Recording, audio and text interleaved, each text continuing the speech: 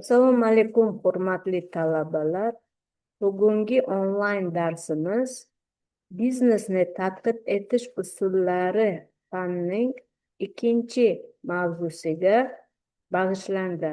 Ikkinchi mavzuni nomi biznesni tadqiq etishni tashkil qilish. Rejamiz ikkita savoldan iborat. Birinchi savolimiz iqtisodiyotda yuqori va izchil o'sish sur'atlarini saqlash, makroiqtisodiy barqarorlikni yanada mustahkamlashga biznes sohasida belgilangan eng muhim ustuvor yo'nalishlar. Ikkinchi savolimiz biznesni tadqiq etishda ilmiy va amaliy yondashuvlar. Birinchi savolni ochib beramiz.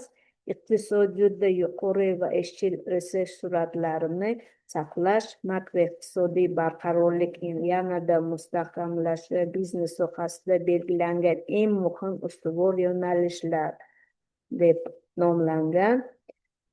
Hozirgi globallashuv sharoitida milliy iqtisodiyotning barqaror rivojlanishini ta'minlash dolzarb masalalardan biri hisoblanadi. Shu nuqtai nazardan 2025-2030 yillarda mo'ljallangan iqtisodiy rivojlanish strategiyasining asosiy maqsad iqtisodiyotda yuqori va izchil o'sish sur'atlarini saqlab qolish, makroiqtisodiy barqarorlikni yanada mustahkamlash hamda biznes muhitini rivojlanish orqali iqtisodiy tizimning samaradorligini oshirishdan iboratdir. Strategiyada ustuvor yo'nalish sifatida avvalo barqaror iqtisodiy o'sishni ta'minlash masalasida alohida e'tibor qaratilgan. Bunda real sektorni modernizatsiya qilish, ishlab chiqarish samaradorligini oshirish va hududlar iqtisodiy salohiyatidan oqilona foydalanish muhim ahamiyat kasb etadi. Mazkur yo'nalishlar iqtisodiy o'sishning uzoq muddatli va sifat jihatdan barqaror bo'lishiga xizmat qiladi. Shuningdek, strategiyaning muhim tarkibiy qismi sifatida makroiqtisodiy barqarorlikni mustahkamlash vazifasi belgilangan. Bu jarayonda inflyatsiya darajasini nazorat qilish, davlat moliyasi muvozanatini ta'minlash hamda moliya bozorlarining barqaror faoliyatini rivojlantirish ustuvor hisoblanadi. Mazkur chora-tadbirlar iqtisodiy xatarlar kamaytirish va investitsiyaviy muhitni yaxshilashga xizmat qiladi. Biznes va tadbirkorlik muhitini rivojlantirish strategiyaning muhim yo'nalishlaridan biri hisoblanadi. Xususan, kichik biznes va xususiy tadbirkorlikni qo'llab-quvvatlash, soliq tizimini soddalashtirish hamda ma'muriy to'siqlarni qisqartirish orqali qulay ishbilarmonlik muhitini shakllantirish ko'zda tutilgan. Bu esa iqtisodiyotda raqobat muhitini kuchaytirish va yangi ish o'rinlarini yaratishga zamin yaratadi. Bundan tashqari, investitsiya va innovatsion faollikni oshirish ham strategiyaning ustuvor yo'nalishlari qatoriga kiradi. To'g'ridan-to'g'ri xorijiy investitsiyalarni jalb etish, innovatsion texnologiyalarni joriy qilish va raqamli iqtisodiyotni rivojlantirish orqali iqtisodiyotning tarkibiy jihatdan yangilanishi ta'minlanadi. Iqtisodiy rivojlanishning ustuvor yo'nalishlari bu yuqori va izchil iqtisodiy o'sishni ta'minlash, makroiqtisodiy barqarorlikni mustahkamlash, biznes sohasini rivojlanish. Maqsadimiz milliy iqtisodiyotning barqaror rivojlanishini ta'minlash, raqobatbardosh biznes muhitini yaratish. yuqori iqtisodiy o'sish omillariga investitsiyalarni jalb qilish, innovatsiyalarni joriy etish, tadbirkorlikni qo'llab-quvvatlash kiradi. Makroiqtisodiy barqarorlik bu inflyatsiyani nazorat qilish, davlat byudjeti muvozanatini va moliyaviy barqarorlikni ta'minlashga kiradi. Biznesni sohasidagi ustuvor yo'nalishlarga kichik biznes va xususiy tadbirkorlik, soliq tizimini takomillashtirish, eksport salohiyatini oshirish kiradi.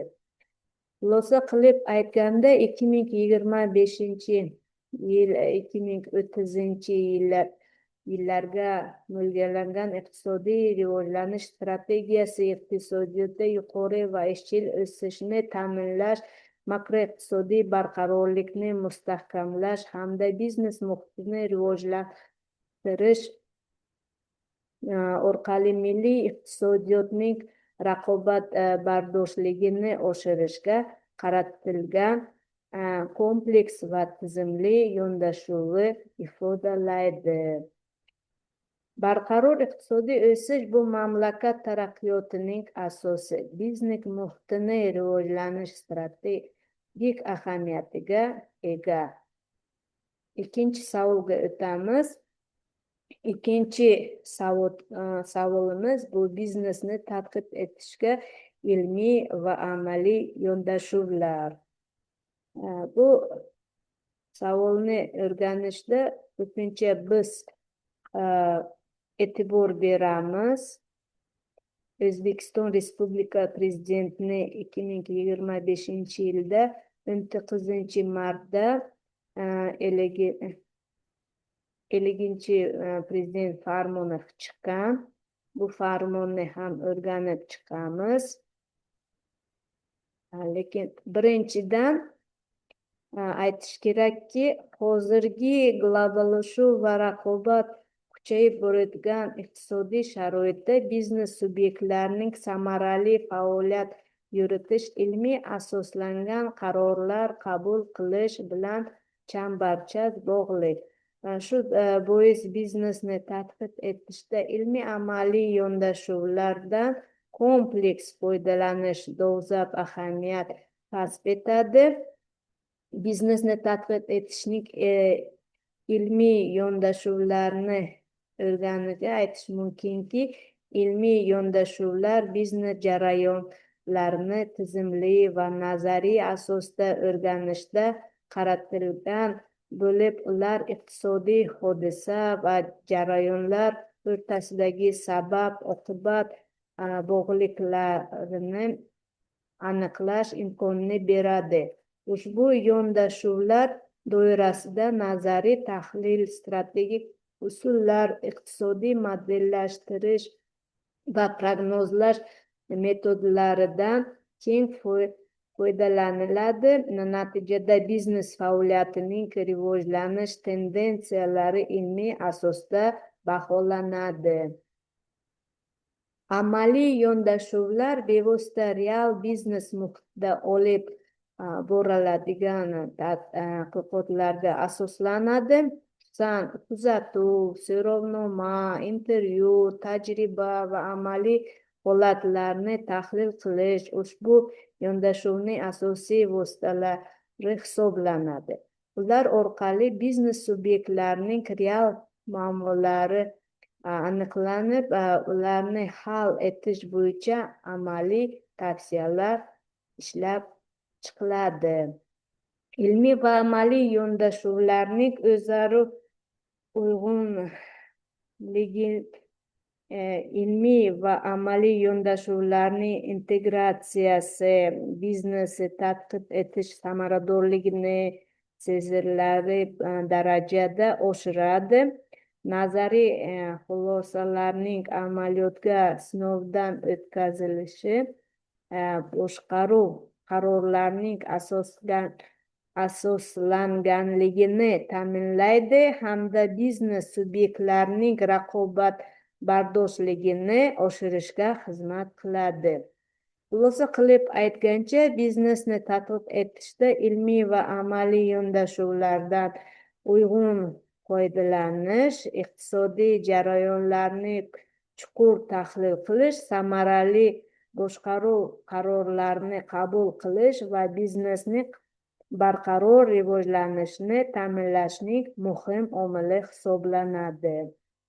Endi shu 50 prezident farmonini 2025-yil 9-martda qabul qilgan farmonni ko'rib chiqamiz. Bu yerda juda ham ko'p bandlar bor. O'zbekiston Respublikasining prezident farmoni bu kichik va o'rta biznesni iqtisodiyotdagi o'rnini oshirish chora-tadbirlari to'g'risidagi, kichik va o'rta biznesni jadal rivojlanishi uchun qulay shart-sharoitlar yaratish, hududlarga biznes muhitini yanada yaxshilash, iqtisodiy o'sishga turtki beruvchi yangi biznes tashabbuslarini amalga oshirishga ko'maklashish, raqobatbardosh mahsulotlar bilan yangi tashqi bozor segmentlariga chiqishni qo'llab-quvvatlash maqsadida bu farmonimiz qabul qilgan. Birinchi bandimiz asosiy maqsadli ko'rsatkichlar. Bu yerda kichik va o'rta biznesni yalpi ichki mahsulotni ulushini 55% ko'tarish kerak, sanoatda 54%, eksportda 34%, eksportda ham 34% va aholi bandligini ta'minlashga 75%ga yetkazib berish kerak bo'ladi. 2030-yilgacha kamida 600 nafar kichik va o'rta biznes subyektlarini yiriklashishiga ko'maklashish orqali ularni chempion tadbirkorlarga aylantirish lozim. Endi 100 nafar ko'p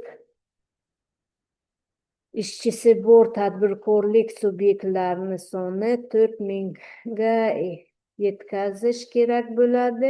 2030-yilgacha sanoatni jadal rivojlantirish bo'yicha loyiha ofislarni tashkil etish hisobiga kamida 100 ta kichik va o'rta biznes subyektlariga brend mahsulotlar ishlab chiqarishni yo'lga qo'yish kerak bo'ladi. Kichik biznes subyektlarining ishtirokida kamida 200 ta startap loyihalarni amalga oshirish kerak bo'ladi. Uzoq muddatli ijaraga berilgan 30,000 gektar ekin yer maydoniga yuqori daromadli ekinlarni yetishtirish va 16 ta ixtisoslashgan agrokompaniya faoliyatini yo'lga qo'yish hamda 9 ta zamonaviy agrosanoat xo'jaligini tashkil qilish lozim bo'ladi. Endi 1-mayda boshlanib 2025-yilda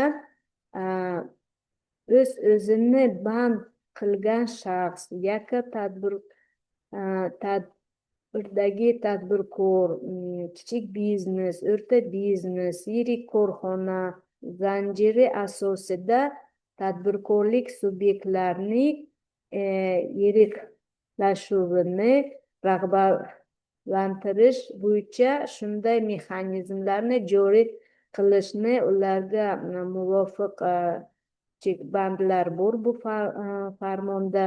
O'zini masalan band qilgan shaxslar yakka tadbirdagi tadbirkor yoki yirik shaxs sifatida davlat ro'yxatidan o'tkazilgan holda davlat boji undirilmaydi. O'z faoliyatini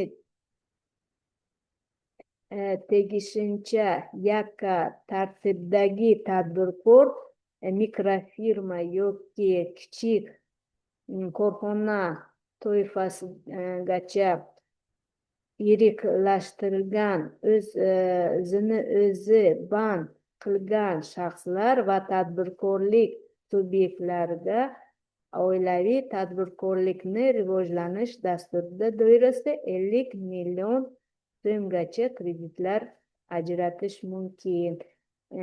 Yana o'z faoliyatini o'rta yoki yirik biznes toifasigacha iriklashtirilgan tadbirkorlik subyektlariga 1 yil davomida qo'shilgan qiymat solig'i summasi o'rnini qoplash yoki qaytarish 7 kun muddatida tezlashtirilgan tartibda amalga oshiradi. Iqtisodiyot va moliya vazirligi hamda Markaziy bank 2020-yilda kichik va o'rta biznesni rivojlantirish uchun 120 trillion so'm, shu jumladan tadbirkorlik dasturlari doirasida 22 trillion so'm miqdoridagi kredit mablag'larini ajratishga ta'minlaydilar. 3-bandiga uni ko'rsatib bergan farmonni.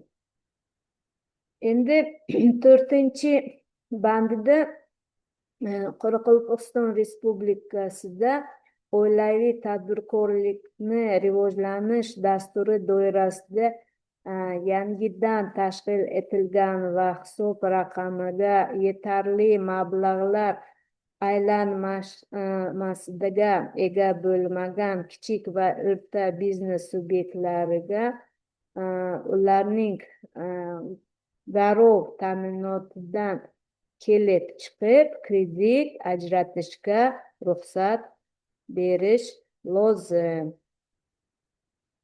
Markaziy bank kambag'allikni qisqartirish va bandlik vazirligi, Soliq qo'mitasi, Ijtimoiy himoya milliy agentligi hamda tijorat banklari bilan birgalikda ushbu bandni kichik bandiga keltirilgan talablar bajarilishini doimiy monitoring qilib, belgilangan mezonlarga amal qilmagan qarz oluvchilar bo'yicha kredit foiz stavkasini bozor stavkalariga o'tkazish chorasini ko'rib borsin deb bergan kichik bandiga.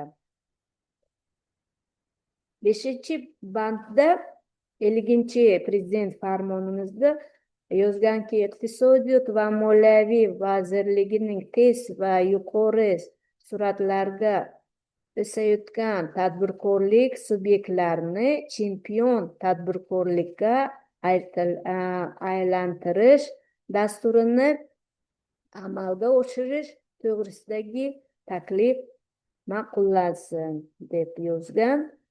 Endi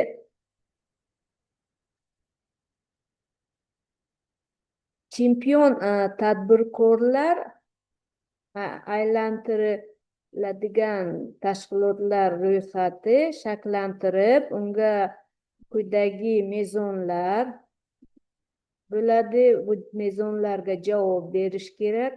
Masalan, tuman, shahar darajasida har bir tuman, shaharda kamida ikkitadan yillik aylanmasi 10 milliard so'mdan yuqori bo'lsa va 50 tadan ortiq ish o'rni yaratgan tadbirkorlik subyektlariga har bir hududda kamida 5 tadan yillik aylanmasi 100 milliard so'mga yuqori bo'lgan va 500 tadan ortiq ish o'rni yaratgan tadbirkor subyektlarga respublika darajasida yillik aylanmasi 1 trillion so'mdan yuqori bo'lgan va 5 mingdan ortiq ish o'rni yaratilgan tadbirkorlik subyektlariga shu chempion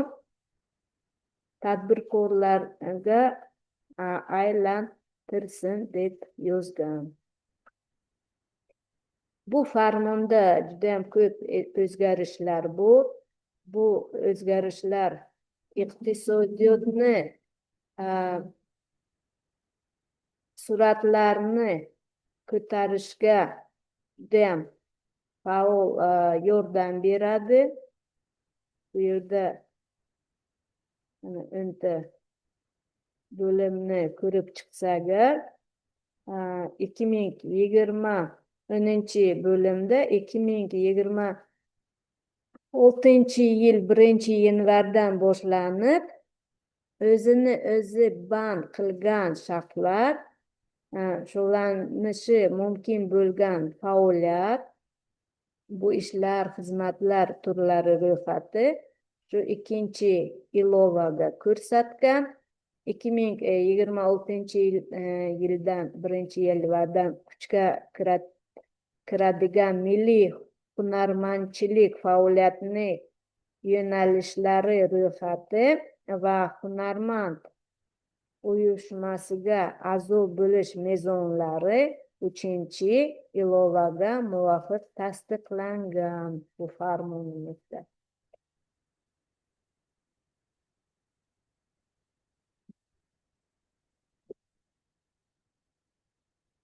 Biznesni tadqiq etish ilmiy amaliy yondashuvlarga shunaqa yangi qonunlar, farmonlar qabul qilganini judayam yaxshi amaliyotga yordam qilyapti.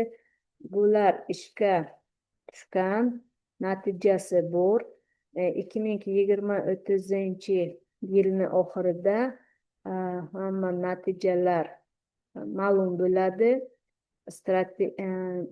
Strategik rejalar bajaradi. Bu maqsad shu iqtisodiyotni rivojlanish, makroiqtisodiy barqarorlikni yana mustahkamlash, biznes sohasida belgilangan eng muhim shu ustuvor yo'nalishlarni bajarish, ko'tarish, rivojlanish degan maqsadda.